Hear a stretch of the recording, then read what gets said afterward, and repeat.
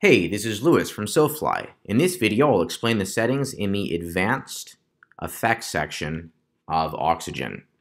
So the first effect we have is opacity. Opacity is how transparent an element is. 1 is fully opaque, 0 is fully transparent. 0.5 is 50% transparent.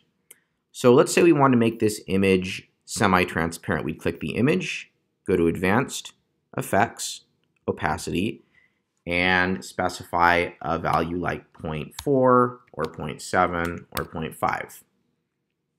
The next effect is the transition. Transition is the CSS transition property. It's the amount of time it takes for CSS properties to change or animate. So let's imagine that we set the opacity to 0.5 and then we set it to 1 on hover. Now, when we mouse over the image, it's partially transparent until we hover, then it becomes opaque. To animate that, we would use the transition property. So we'd go to Effects, Transition, and we'd specify a duration for the transition. Say 3 seconds. Now it takes 3 seconds to fade in. So we could specify 0.5 seconds. Now it takes 0.5 seconds to fade in and out. In addition, we have timing function, the specific CSS property to transition, if not all properties, and the transition delay. This is more advanced CSS, so I'm not going to get into detail in this video. The next property is box shadow. So let's say we added a testimonial element. Let's add some space here so we can see what we're doing. Okay, let's make this, let's style it up. So let's say we had max width of 800, 40 pixels of padding. Say this, we had a background color of a little bit gray, and the background color here was white. Now a nice effect might be to add a little bit of a shadow behind this testimonial. So to do that, we'll use the box shadow. So you go to Advanced, Effects, Box Shadow, and now we can choose a color for our shadow. I'll make it black at first so we can see what's going on. Horizontal offset for the shadow, I'll say 20 pixels. Vertical offset, 20 pixels. And a blur amount. So the higher the blur amount, the more the shadow blurs. Now usually you won't want to use a solid color for a shadow. You want to use more of a transparent color. So I'll turn down the opacity slider here and make this 20% transparent black. Like this. I can drag the offset around.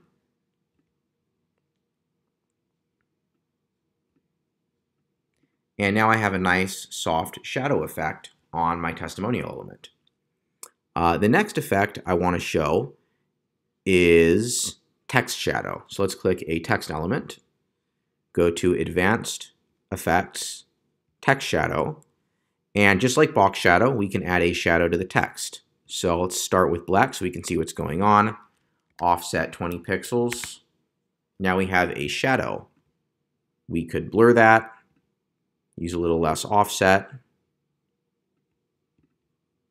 and partial transparency.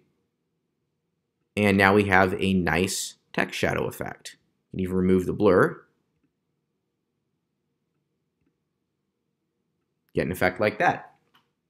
So that is how text shadow works. Last thing is filter. So I'm going to take the opacity off this image so we can see what's happening a little bit more. Let's clear out the hover state as well.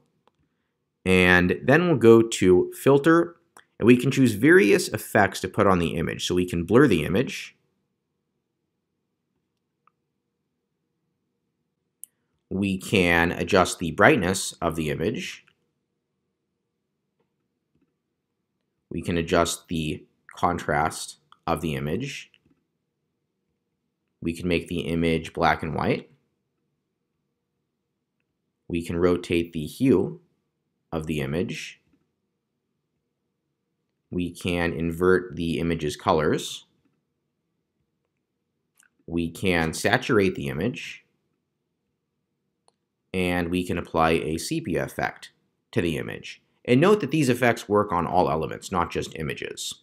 So let's say we want to create a cool hover effect using a filter. We'll set sepia to 100% and then go to state hover, choose the same filter, and set it back to 0%. Now, mousing over the image gives us this cool hover effect. Okay, that is how to use the Effects tab of Oxygen. Thank you very much for watching.